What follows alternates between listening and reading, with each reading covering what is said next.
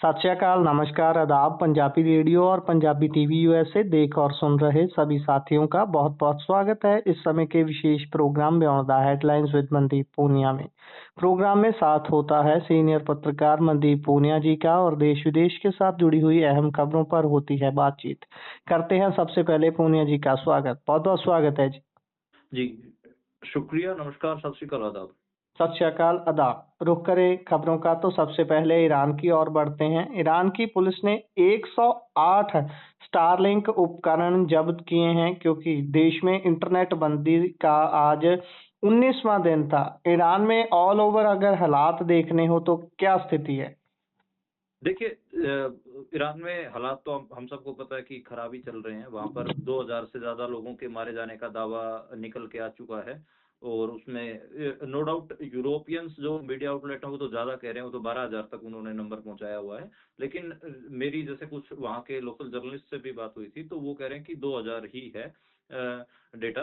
तो वहाँ पर 19 दिन हो चुके हैं आज सारे मामले को और इंटरनेट शटडाउन चल ही रहा है। लेकिन वहाँ पर फिर भी बहुत सारे लोग ना सैटेलाइट इंटरनेट के जरिए विदेशी जो लोग थे उनसे बातचीत कर रहे थे, अपनी इंफॉर्मेशन पहुंचा रहे थे, दुनिया भर में थोड़ी खबरें जा रही थी उस वजह से।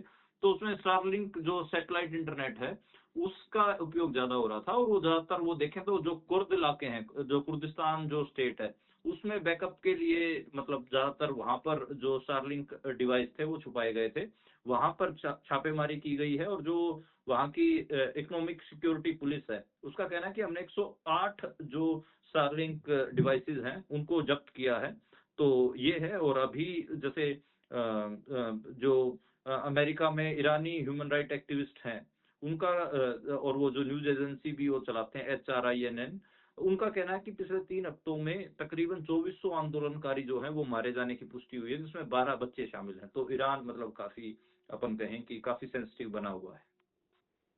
जी, बिल्कुल, बिल्कुल। इससे आगे अगर बढ़े तो गणतंत्र दिवस का कल दिन था, बहुत कुछ हुआ स्टेट्स में, देश में। इसी के दौरान अभी मल्लिकार्जुन खड़गे जो बात कह रहे हैं, वो अपना ध्यान खींचती है। संविधान, कांग्रेस और मेरा अपमान किया गया, ये शब्द हैं मल्लिकार्जुन खड़गे के। जी, देखिए, आपने देखा होगा कि जो रिपब्लिक डे परेड थी उसमें जो राहुल गांधी और मल्लिकार्जुन खड़गे की एक पिक्चर वायरल हो रही है जिसमें वो तीसरे चौथे जो रो है उसमें बैठे हुए दिखाई दे रहे हैं।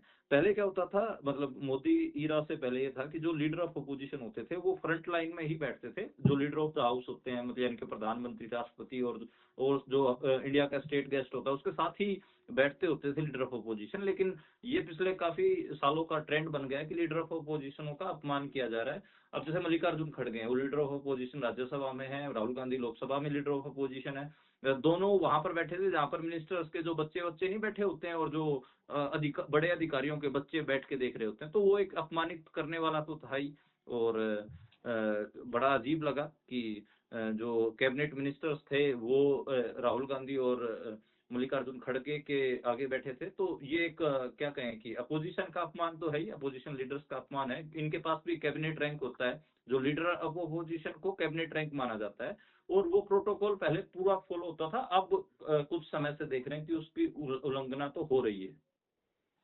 जी, बिल्कुल। इससे आगे अगर बढ़े तो बांग्लादेश सरकार ने एक प्रोजेक्ट रद्द किया है भारत के साथ, वो कौन-सा प्रोजेक्ट था? देखिए, बेसिकली बांग्लादेश की जो इंटरिम गवर्नमेंट है उसने चटगांव के मीरसराय में एक इंडियन इकोनॉमिक जोन प्रोजेक्ट था उसको रद्द किया है और उसकी उन्होंने घोषणा कर दी है। ये बेसिकली एक डिफेंस इंडस्ट्रियल पार्क बनाने की बात थी और उसमें जो भारत था वो निवेश कर रहा था, उसी को लेकर ये खबर आई है। और इसमें यही है कि जो बांग्लादेश की इंटरिम गवर्नमेंट थी वो बड़ी नाराज है भारत से, क्योंकि भारत में जो शेख हसीना वो बैठी हैं और शेख हसीना लगातार स्टेटमेंट भी बांग्लादेश के खिलाफ दे रही हैं, तो उससे वो नाराज भी थे। और भी कई ऐसी चीजें हैं जिसको लेकर जो बांग्लादेश के लोग हैं वो नाराज हैं। एक अडानी के बारे में भी खबर आई थी, तो उस खबर से भी वो नाराज थे। तो ये जो फैसला लिया जा चुका है। और अब इससे पहले भी आपको ध्यान हो कि एक बंदरगाह था वो भारत के पास था बांग्लादेश का, जो कलकत्ता से तकरीबन 20 किलोमीटर दूर पड़ता है, वो भी बांग्लादेश ने भारत से ले लिया था। और अब जो भारत का इकोनॉमिक प्रोजेक्ट था, जिसका खासकर अगर हम बात करें तो डिफेंस इंडस्ट्रियल पार्क था, उसको रद्द करने का जो फैसला है वो लिया है। तो ये बड़ा फैसला है बांग्लादेश की तरफ से। साउथ एशिया की जो पॉलिटिक्स है वो बदलती हुई दिख रही है, और जो बांग्लादेश है वो दिख रहा है कि चाइना की तरफ ज्यादा झुकाव कर रहा है, और पाकिस्तान से भी हाथ मिलाते हुए दिख रहा है। कभी हम सबको पता है कि पाकिस्तान और बांग्लादेश की दुश्मनी होती थी। उसका रीजन एक ये भी रहा है कि भारत की आज़ादी के बाद वेस्ट पाकिस्तान ईस्ट पाकिस्तान का कंसेप्ट था 1971 में। बेसिकली भारत की मदद से ही बांग्लादेश बना था। शेख मुजीबुर रहमान लगातार मतलब भारत का वो भी रहते थे, और बांग्लादेशी हमेशा इंडिया के साथ बना के चलते थे। उनको लगता था कि हमारे देश जो है वो इंडिया के कारण ही होंद में आया है। लेकिन अब ऐसा नहीं है। अब साउथ एशिया की पॉलिटिक्स में बदलाव देखने को मिल रहा है, और बांग्लादेश बेसिकली भारत की बजाय पाकिस्तान और चाइना के साथ अपने संबंध सुधार रहा है। जी। और खबर ये आ रही है कि अदानी ग्रुप ने एक और न्यूज़ एजेंसी के ऊपर कब्जा कर लिया है, मोनोपोली बना ली है। क्योंकि ये बात इसलिए भी ज़्यादा रोचक हो जाती है क्योंकि जिसका इन्फॉर्मेशन पर कब्जा है उसका लोगों के दिमाग पर कब्जा है। अभी इसको कैसे देखा जाए और अडानी ग्रुप और कितना आगे बढ़ सकता है? बिल्कुल आपने सही कहा कि जो इन्फॉर्मेशन के फ्लो के ऊपर जिसका कब्जा रहता है वो लोगों के दिमागों को भी प्रभावित करता है। आप सही कहा, 1980s की जो थियरी हैं उनको आप देखें, और खासकर मास कम्युनिकेशन की ऐसी थियरी जो बेसिकली नैरेटिव कंस्ट्रक्शन और इस किस्म की चीजों के ऊपर ध्यान देती हैं। अगर मैं याद करूं तो जो मैन्युफैक्चरिंग कंसेंट जो बुक है उसमें भी इस बात का जिक्र है, और लगातार भारत के जो पूंजीपति हैं वो मीडिया में अपनी हिस्सेदारियां बढ़ा रहे हैं, मीडिया कंपनियों के मालिक बन रहे हैं। आपको नेटवर्क 18 ग्रुप याद होगा। बेसिकली राघव बहल उसने उस ग्रुप को खड़ा किया था, लेकिन नेटवर्क 18 को, न्यूज 18 जिसके अंदर आते हैं ये, और कई चैनल हैं नेटवर्क 18 में, कलर्स टीवी और पता नहीं क्या क्या, तो उसको अंबानियों ने एक्वायर किया था। 5,500 करोड़ की डील हुई थी। उसमें अडानियों ने अंबानी ने बेसिकली, अंबानी परिवार ने उस चैनल को, न्यूज 18 को और नेटवर्क 18 को खरीदा था। उसके बाद जो दूसरे धन्नाड़ सेठ हैं अंबानी, अडानी ने एनडीटीवी जो नेटवर्क था उसमें बहुत सारे channel, NDTV good health, NDTV news और कई कई चैनल और भी हैं, उसको एनडीटीवी अडानी ने एक्वायर किया था। और इसके अलावा बहुत ऐसी न्यूज एजेंसियां भी हैं जिनमें ये लगातार धन्नाड़ सेठ हैं, भारत के जो कॉर्पोरेट्स हैं वो अपनी हिस्सेदारी बढ़ा रहे हैं।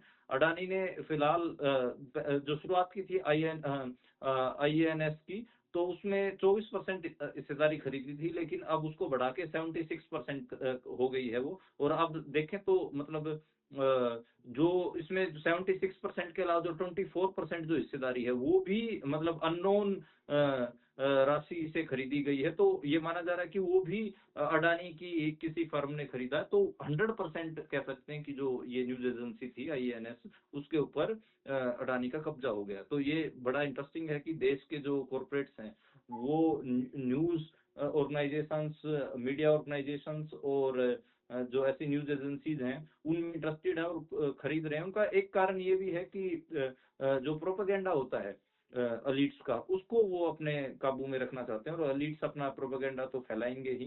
तो ये एक है। मजदूर और किसान के पास तो ऐसे कोई प्लेटफॉर्म है भी नहीं। तो खैर ये कॉर्पोरेट्स इंटरेस्टिंगली हर जगह घुसते जा रहे हैं, और अब तो लोगों की इंफॉर्मेशन के साइकिल में भी घुस रहे हैं। जी, जी।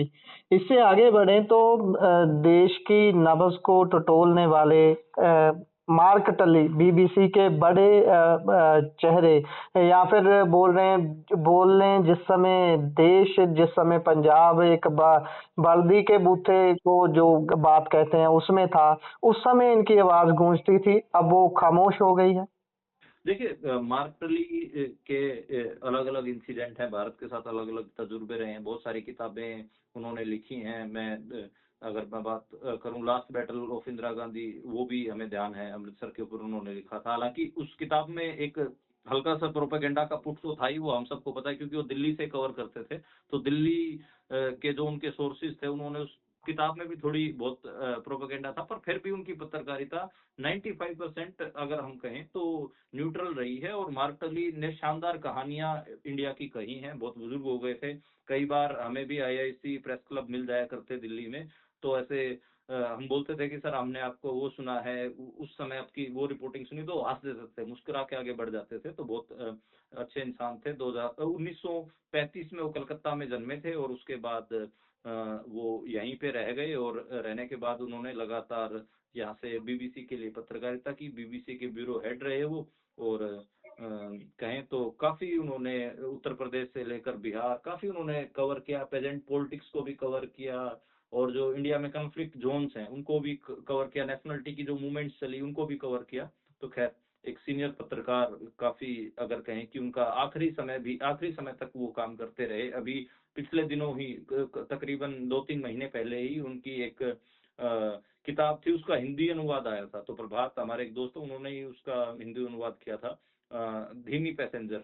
तो वो बेसिकली उत्तर प्रदेश की कहानियां थी, तो उनको जो पूर्वांचल है उसकी कहानियां थी। तो सलाम है, और काफी बेहतर और अच्छा जीवन उन्होंने जिया।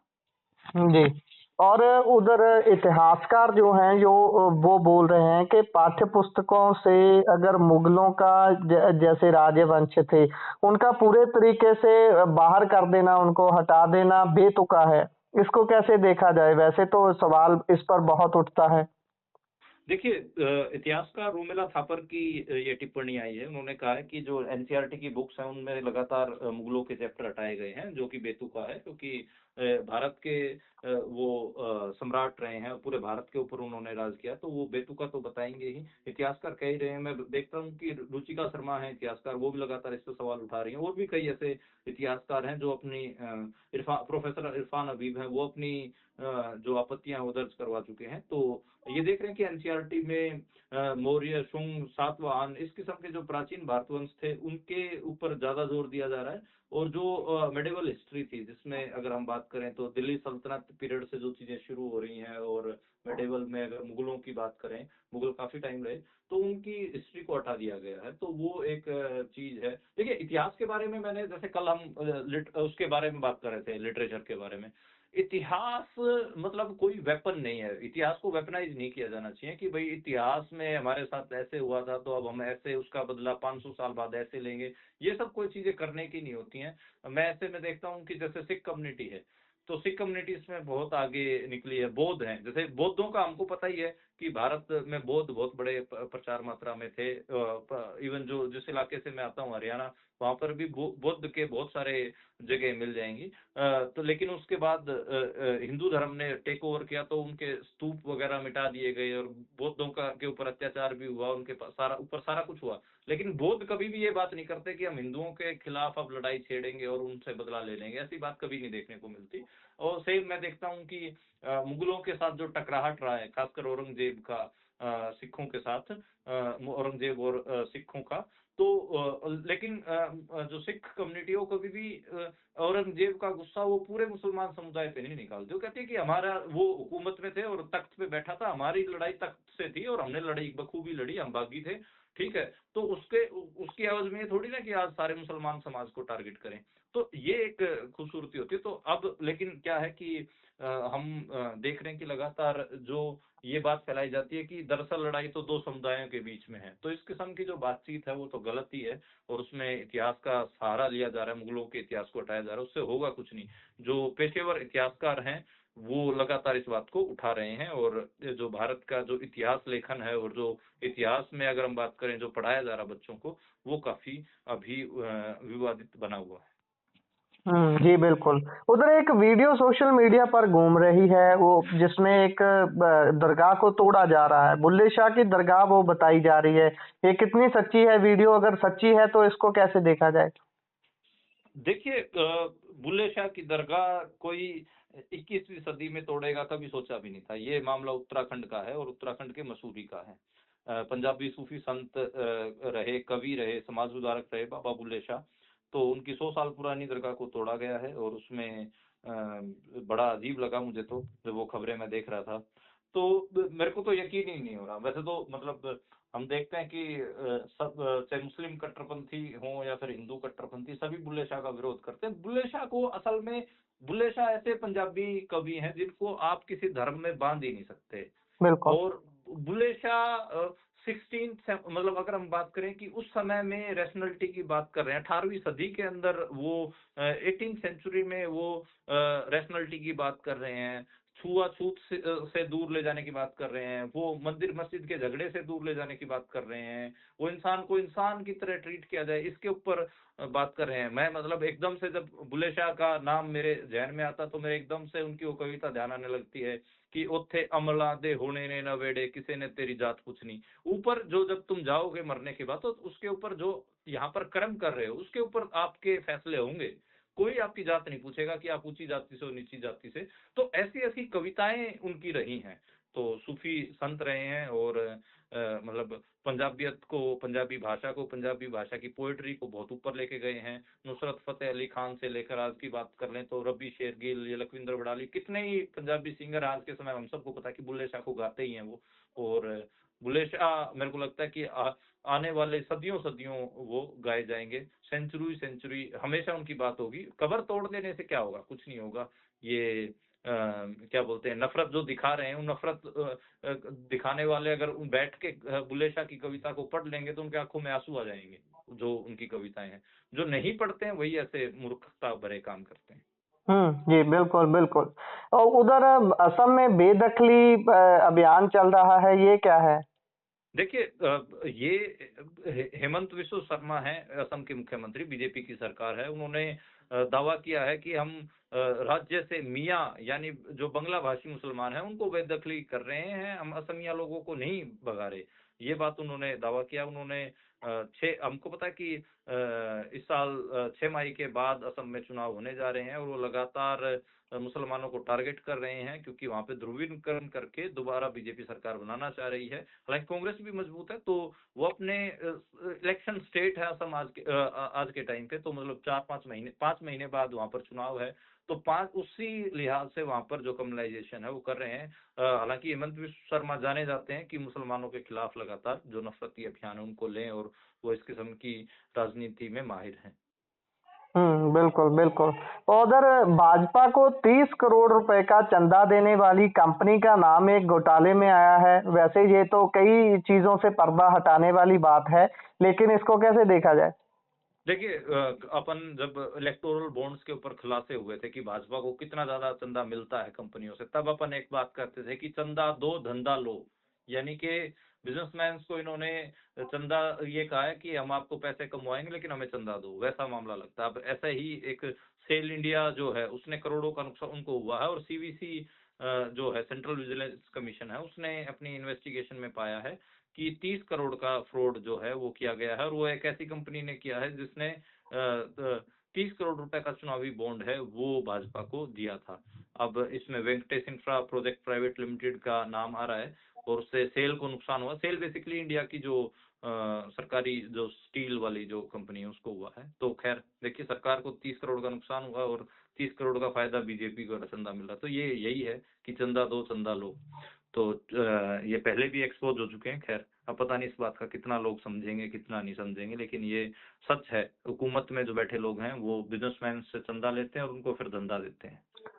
जी, उधर संभल हिंसा में जो पुलिस कर्मियों के खिलाफ केस दर्ज करने का आदेश देने वाले जज थे, उनका तबादला कर दिया गया है। हाँ जी, जो ऐसे पुलिसकर्मी जिन्होंने जो शाही जामा मस्जिद संभल की वहाँ पे वॉयलेंस करवाया, उसमें मारे भी गए 4 मुसलमान। अनूप चौधरी थे उसमें एक ऑफिसर, तो उनके ऊपर वहाँ के सीजेएम ने विवांशु सुधीर उनका नाम था, तो उन्होंने आदेश दिए थे कि भाई एफआईआर की जाए पुलिस वालों के ऊपर, ये सरेआम गोलियां चलवा रहे हैं, लोगों को मरवा रहे हैं। तो जी, उसको लेकर क्या हुआ कि जो वो पुलिस वाले हैं उनको जो वहाँ की मौके की हुकूमत है, योगी सरकार जो है वो प्रोटेक्ट करती है और योगी सरकार ने तुरंत उस जो जज था उसका ट्रांसफर कर दिया, विवांशु सुधीर का ट्रांसफर कर दिया गया। तो ये बड़ा अजीब लगा कि भाई जिस जज ने एफआईआर करने की बात कही उसी का ही ट्रांसफर कर दिया गया। एकदम वहाँ पर जो पुलिस वाले थे उन्होंने खुशियां मनाई। फिर जो दूसरा जज आया, तो दूसरे जज को उनका नाम था दीपक कुमार जायसवाल। तो जैसे ही वो दूसरे जज आए तो उनको सॉरी फिर आदित्य सिंह को दोबारा सीजीएम बनाया गया, एक दूसरे जज आए। जैसे ही वो आए तो उन्होंने भी मतलब कोई खास रुचि दिखाई नहीं कि ये कहे कि एफआईआर को क्वेश कर दो, तो 48 घंटे के अंदर उसका भी ट्रांसफर कर दिया गया। यानी कि टोटल 2 दिन के अंदर 2 जजों का ट्रांसफर कर दिया गया, सिर्फ किस वजह से, क्योंकि जो जज थे वो चाह रहे थे कि वो पुलिस के ऊपर कार्रवाई हो। मुसलमान जो 4 मुसलमान मरे हैं, वहाँ पे वायलेंस हुआ है, लोगों में अफरा-तफरी हुई है और मतलब काफ़ी नुकसान सूबे को हुआ है, वहाँ के लोगों, संभल के लोगों को हुआ है, कम्युनल टेंशन बढ़ी है। लेकिन हुकूमत तो हुकूमत होती है, सरकार तो सरकार होती है, और योगी सरकार अपनी पुलिस के साथ खड़ी हुई और जजों का ही ट्रांसफर कर देते। तो आप न्याय का कैसे कैसे आप सोचेंगे कि न्याय होगा? न्याय का जो फैसले हैं तो जजों ने सुनाने हैं, और जजों के जो जज थोड़ा सा स्टैंड लेने की कोशिश करता है, इनके खिलाफ खड़े होने की कोशिश करता है, उनको ये ट्रांसफर कर देते हैं। तो ये बड़ी अजीब स्थिति है। और ये मैं जब खबर देख रहा था तो मेरे को भी बड़ा अजीब लगा कि बताइए 2 दिन के अंदर 2 जजों के तबादले। तो खैर, जो पुलिस कर्मी बिल्कुल सरकार के इशारे पे कम्युनल एजेंडे इनको पुश करवा रहे हैं, दंगे करवा रहे हैं, लोगों को मरवा रहे हैं, उनके साथ हुकूमत खड़ी होती दिख रही है। लेकिन देखो, हुकूमत तो आती जाती चीज है, सत्ता जी बदलती भी है। 2027 में चुनाव होने जा रहा है उत्तर प्रदेश में। गलती जी से समाजवादी पार्टी की सरकार आ गई, अखिलेश यादव की सरकार आ गई, फिर ये पुलिसकर्मी कहाँ घूमेंगे भाई? ये किससे फिर जाके ये जज बदलवा देंगे? पंजाब में 1984 में जिन पुलिस वालों, 1984 के बाद पंजाब के नौजवानों के साथ जो पुलिस वालों ने गलत किया था, उनके फेक एनकाउंटर किए थे, उनको सजाएं अब तक हो रही हैं। जी तो ये जो कुकर्म है, इनकी सजा ऐसे नहीं है कि मौत के बाद मिलेगी। जी ठीक है, ऊपर वाला अगर कोई चीज है, मालिक रब कुछ कोई ऊपर से देख रहा है, तो जी मेरे को ये लगता है कि भाई आप जो कुकर्म कर रहे हो, इसकी सजा आपको इसी जन्म में भोग के मरनी पड़ेगी। बुढ़ापे में तंग होगे, कोठरियों में गुजारोगे, तो सजाएं तो इनको होनी है। जी ठीक है, अब वो 10 साल बाद हो, 5 साल बाद हो, तो ये कुकर्म जो सरकार के इशारे पे कर रहे हैं पुलिस वाले, इसका अंजाम तो बुरा होना ही होना है।